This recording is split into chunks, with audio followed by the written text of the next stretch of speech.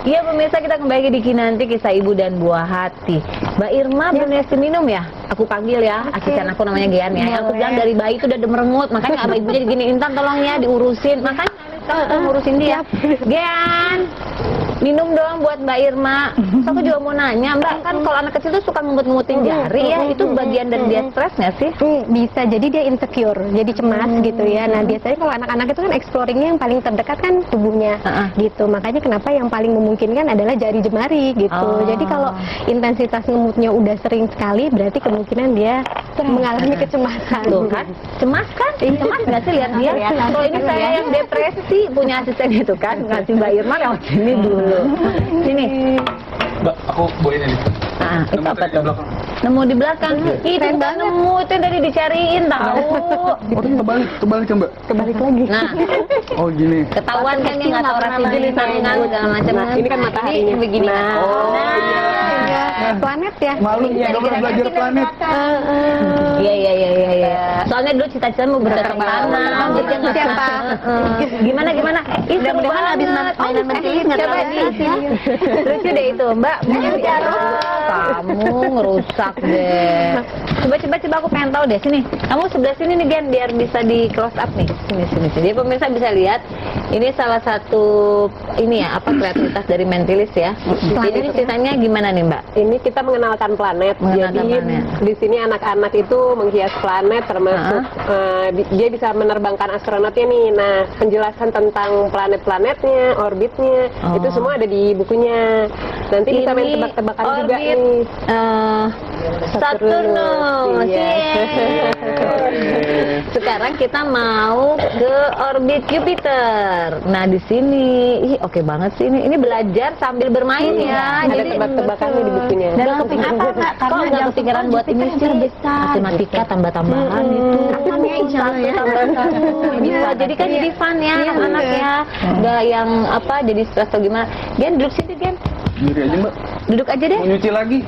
Masih mau dilihat. Belum itu pemirsa belum lihat. Kamu gimana sih gerak-gerak? Kita empasisnya memang ke yang pengetahuan umum Mbak. Kenapa? Karena sebenarnya memang sesungguhnya anak-anak usia 3 sampai 6 tahun itu mereka sebenarnya otaknya itu belum siap untuk menerima kayak matematika gitu kan. Makanya kita mengenalkan lingkungan sekitar in a fun way gitu lewat kelas gitu.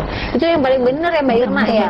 Apalagi kan ingat nggak sih zaman kita dulu sekolah kayaknya sampai kelas 3 pulang jam 10 kan ya. Misalnya asik banget. PR juga jarang gitu ya. Main karet, main congklak gitu kan.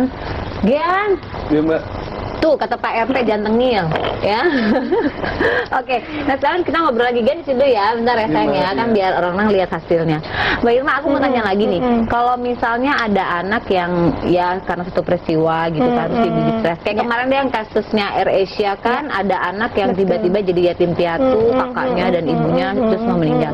Itu gimana ya? Itu kan pasti akan stres juga kepada anak. Betul, itu sudah pasti sih kejadian itu membuat stres pada anak ya, karena kan ada perubahan.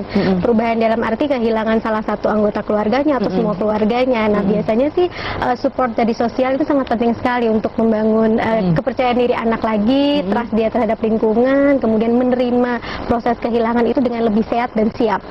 Seperti itu support dari keluarga terdekat juga harus ini ya, guru, kemudian mungkin kalau misalnya ada orang tua atau kenalan yang kenal sama pemuka agama, kemudian kalau misalnya ternyata butuh bantuan profesional ke psikolog, itu bisa dibantu. Nah terus gini nih Mbak, gimana ya cara, kan stres pada anak banyak macamnya ya, bisa karena tuntutan sekolah yang begitu tinggi, tuntutan orang tuanya yang berlebih, tapi karena satu peristiwa juga bisa kan, kayak tadi kan kematian dari orang tua, perceraian, pertengkaran. Nah ini gimana ya, mengonsepkan itu pada balita yang memang harus menghadapi misalnya orang tuanya bercerai gitu kan, itu gimana?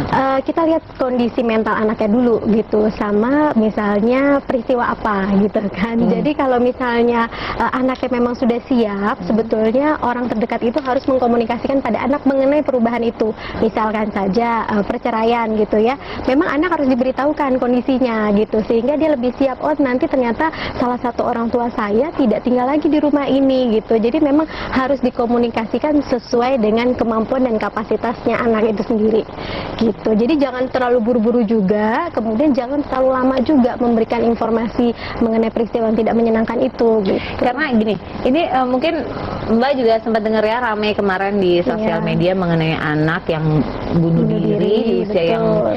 maksudnya itu walaupun nggak balita tapi maksudnya usia yang kepikiran gitu. Iya. Ternyata setelah telah lebih Investigasi, jauh salah satunya adalah kan karena dia stres orang tuanya divorce dan tidak ada untuk Betul. dia.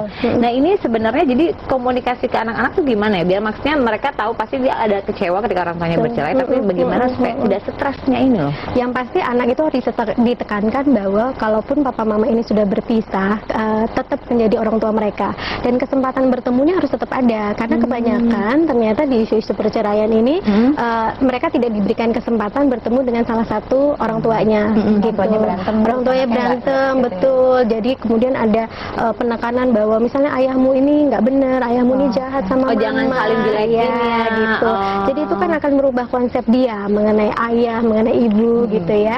Nah itu yang sebetulnya harus kita informasikan dengan baik kepada si anak. Nah memang sekarang yang namanya early depression itu udah banyak nih Mbak Intan. Jadi misalnya umur-umur 8-9 tahun kemudian putus asa, lalu kemudian juga bikin statement untuk misalnya tadi bunuh diri gitu ya atau menyakiti diri sendiri sekarang sudah mulai banyak Nah, gitu. Sosial media pengaruhnya. Sosial media. Iya, Ini tapi betul. cukup prihatin banget. Gian, kamu cakep loh di TV itu loh sebenarnya loh. Kamu senyum loh, bener loh. Karena siapa tahu kamu bisa memberi pengaruh positif loh, ya kan? Nah, pegel ya. Ya deh kamu duduk sana. Terima kasih ya. Nanti dipanggil lagi ya. Dan saya butuh Mbak, bagi kuenya satu ya Mbak. Heh, ya tuh kan. Mau buka, Mbak. Ya Allah, ya Allah. Tuh kan, tuh kelakuannya tuh ciri-ciri anak yang itu kan. Stres. Dia mah stres Butuh tidak perhatian dia. butuh perhatian ya. Tapi Mbak balik lagi nih. Menarik yang tadi Mbak bilang. Lagi cukup banyak nih anak-anak yang early depression. Early Jadi depression. depresinya itu lebih dini gitu. Jadi selama ini kan kita taunya depresi itu nanti nih kalau udah besar, kalau udah Iya. dewasa. Tetapi dari berbagai research, kemudian kita di lapangan juga sering bertemu dengan anak-anak. Ternyata mereka mencetuskan keinginan bunuh diri itu udah makin dini usianya. Ini gitu. mengerikan banget ya pemirsa. Maksudnya kita nggak bisa menyantai Betul. atau menganggap ini bahwa itu mah orang lain Iya. gitu, nggak mungkin terjadi. Bukan nggak mungkin terjadi, tapi masalahnya kadang-kadang ini kayak semacam kayak tren menyeramkan ya, fenomena. Kalau kita sih bilangnya fenomena psikologis dan ini semua ya itu tadi kayak tadi Mbak Intan bilang gadget, kemudian orang tua yang sangat sibuk, tidak punya kesempatan untuk bermain bersama, ngobrol gitu kan. Karena kan kadang-kadang anak yang stres ini ada kebutuhan yang tidak terpenuhi gitu. Nah, orang tua harus cari tahu kebutuhannya apa sebetulnya. Mungkin cuma ngobrol pagi-pagi, cuma ngobrol 10 menit aja. Cuman dia butuh itu aja kok misalnya. Nah, Pelukan, itu ya. betul pelukan itu sangat penting banget deh buat anak. Jadi bukan berarti kita stres itu terjadi pada anak yang orang tuanya divorce ya. Yang orang tuanya utuh pun tapi nggak punya waktu buat anaknya bisa menyebabkan. Sangat bisa. Ah. Sangat bisa terjadi. Aduh pemirsa nih kayak kita mulai sekarang memang harus ini ya Lebih waspada lebih sih, waspada lebih ya. aware, Apalagi sekarang betul. tadi Mbak Irma bilang sosial media itu memberi pengaruh terbesar buat anak-anak kita.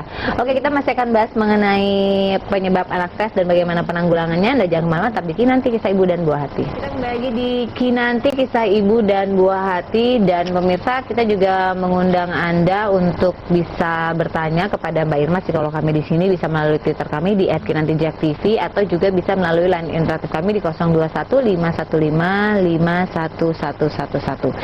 Dan pemirsa, ini ada oke nanti ya. Bisa suka aku agak-agak pusing nih. Oke, sekarang kita mau penyebab anak stres itu apa aja sih Mbak Irma? Macam-macam. Yang tadi yang pertama kan academic overload gitu ya. Jadi memberikan tugas-tugas akademik yang tidak sesuai dengan usianya, kemudian kebanyakan aktivitas di luar rumah sehingga anak nggak punya kesempatan untuk bermain gitu ya. Aktivitas di luar rumahnya itu antara lain kan misalnya les-les akademik gitu ya. Kemudian juga tidak terpenuhi kebutuhan anak, misalnya orang tua yang terlalu sibuk tadi gitu ya. Lalu juga misalkan saja polusi macet itu juga bisa jadi sumber stres buat anak gitu ya. Nah, berarti pemilihan sekolah dekat dari rumah mutlak ya. Betul. Jadi kalau misalnya sekolahnya terlalu jauh gitu ya, pulang pergi jauh, itu anak secara fisik, motivasi dan lain sebagainya udah capek gitu ya. Itu bisa jadi salah satu sumber stres. Kemudian mau stop Oke, mau telepon masuk.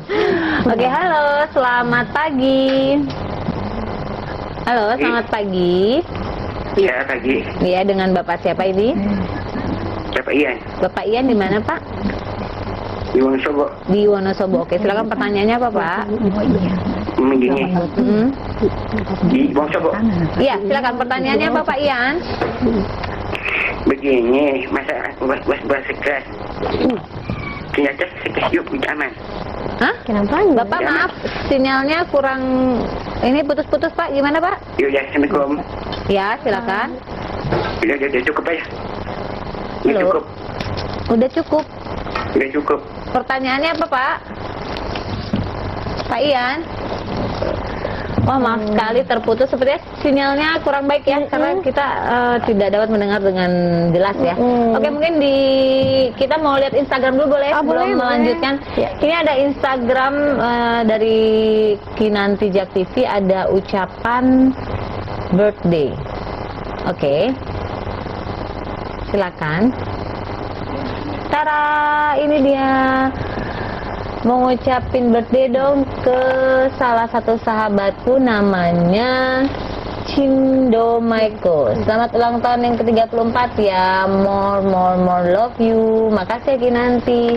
Sama-sama. Oke, ini adalah ucapan dari Betty Nur Betty untuk Cindo Maiko yang ke-34. Selamat ulang tahun ya. Boleh loh tim Kinanti ditraktir anytime gitu, kalau ada yang mau naktir boleh. Atau mengirim kue boleh. Buat ibu-ibu mungkin yang mau mengirimkan ucapan selamat ulang tahun buat anak, keluarga, kerabat, Anda juga boleh melalui Instagram kami di @kinantijaktv atau bisa juga melalui Twitter kami ya kan. Bisa juga pakai paket Mentilis ya? Boleh banget. juga bisa goodie bag soalnya. Oh iya bisa goodie bag ya. Nanti kita masih akan bahas mengenai Mentilis ya. Tapi sebelumnya kita bahas yang tadi tuh yang terputus penyebab anak stres. Nah tadi kan polusi, kemudian macet dan lain sebagainya.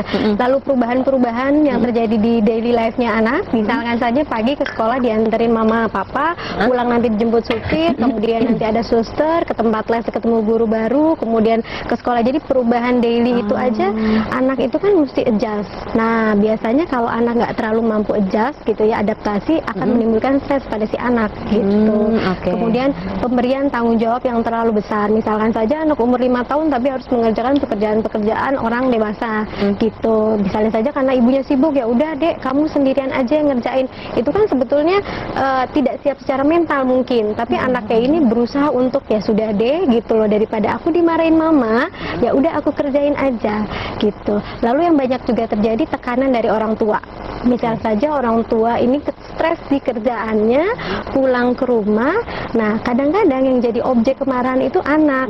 Jadi anak lagi ngerjain apa-apa, kemudian langsung dikritik, dimarahi gitu kan. Buat kesalahan dikit aja langsung ya. Padahal sebetulnya sumber masalahnya si orang tua ini dari kantor. Stres dari kantor. Iya, pulang ke rumah gitu ya. Oke, kita angkat dulu teleponnya Mbak Irma ya. Halo, selamat pagi. Ya, dengan siapa ini? Dengan Ibu Nurma Ibu Nurma di mana, Bu? di Tangerang. Tangerang. Oke, silakan Ibu Nurma, pertanyaannya apa, Bu? Pertanyaannya saat ini anak saya jadwal sekolahnya kan sampai jam 2 ya. Sampai jam 2. Nah, yang mau saya tanyakan sampai batas jam berapa sih si anak udah punya kegiatan di luar seperti les gitu. Jadi dia mesti istirahat sudah di jam berapa? Sebetulnya kan jadwal sebelumnya pulang sekolah dia langsung ngaji, habis ngaji dia langsung les lukis gitu. Anaknya usia berapa Ibu Nurma? Usianya 7 tahun. 7 tahun. Oke. Mbak Irma ada yang mau tanyakan? Cukup sih. Oke. Kelas 1 SD Bu, apa kelas 2? Iya, kelas 1 SD. Oh, kelas 1 SD Kelas 1 ya. Oke, cukup itu saja pertanyaan Bu Nurma ya. Ada satu lagi. Oke, boleh. Sebenarnya berapa jumlah kegiatan yang ideal di luar sekolah untuk anak-anak? Anak saya saat ini kegiatannya ada les Mandarin, lukis, sama ngaji. Tapi harinya saya beda semua. Oke. Baik. Terima kasih. Sama-sama. Ya. Silakan Mbak Irma. Ya, ini tipikal anak zaman sekarang sih Mbak Intan. Jadi misalnya pagi sekolah pulang jam 1, kemudian lanjut les lagi gitu ya. Dan biasanya aktivitas lesnya itu daily, tiap hari selalu ada. Pulang ke rumah nanti udah sampai jam 4, jam 5 gitu ya. Sebetulnya kalau anak sampai di usia sekolah itu kesempatan untuk bermainnya itu masih harus ada gitu. Jadi harus dipastikan saja bahwa si anak ini setelah pulang sekolah, kemudian dia kalaupun mau dileskan, itu harus ada kesempatan bermain setelah itu gitu. Karena kan kebanyakan yang terjadi anak udah capek secara fisik sehingga dia nggak mau main pun juga jadi malas kan gitu. Jadi uring-uringan gitu ya. Itu yang perlu diperhatikan. Nah, kalau untuk anak kelas 1 SD sebaiknya jangan lebih daripada 2 kegiatan untuk les-les tambahan gitu. Jadi kalau bisa sih tetap ada kesempatan bermain, lalu juga cari aktivitas yang lebih merangsang kenyamanan psikologisnya. Jadi jangan semua yang menggunakan otak kiri aja, misalnya les matematika, les bahasa dan lain sebagainya. Seperti itu sih Mbak Intan. Jadi dibagi ya kalau gitu ya. Betul. Terus kira-kira tadi pertanyaan keduanya kan tadi udah ikut 3 les tuh ya kan. Kira-kira berapa banyak tolerannya deh kegiatan? Cari yang paling penting dan paling memenuhi kebutuhannya anak itu apa. Jadi kalau misalnya les Mandarinnya bisa nanti aja, ya mungkin les Mandarinnya bisa dipospon dulu gitu kan. Atau misalnya les matematikanya ternyata bisa nanti aja, ya lebih baik dipospon gitu. Kalau ngaji itu kan basic agama ya. Kalau ngaji sih itu memang harus gitu Diutamakan ya. Diutamakan gitu ya. Jadi kita harus memilih ya, kira-kira mana yang bisa diutamakan, mana yang bisa dipending nanti. Apakah memang anaknya butuh nggak gitu. Jadi kalau misalnya anaknya ternyata belum butuh dan nggak butuh, ya artinya kita sama dengan membuat anak menjadi tersita waktunya untuk kegiatan yang belum dibutuhkan. Oke, Mbak Irma, nanti kita masih akan bahas lagi ya Mbak Irma ya. Oke. Nah pemirsa, Anda jangan kemana-mana karena kami masih akan kembali setelah yang satu ini. Tetap di Kinanti.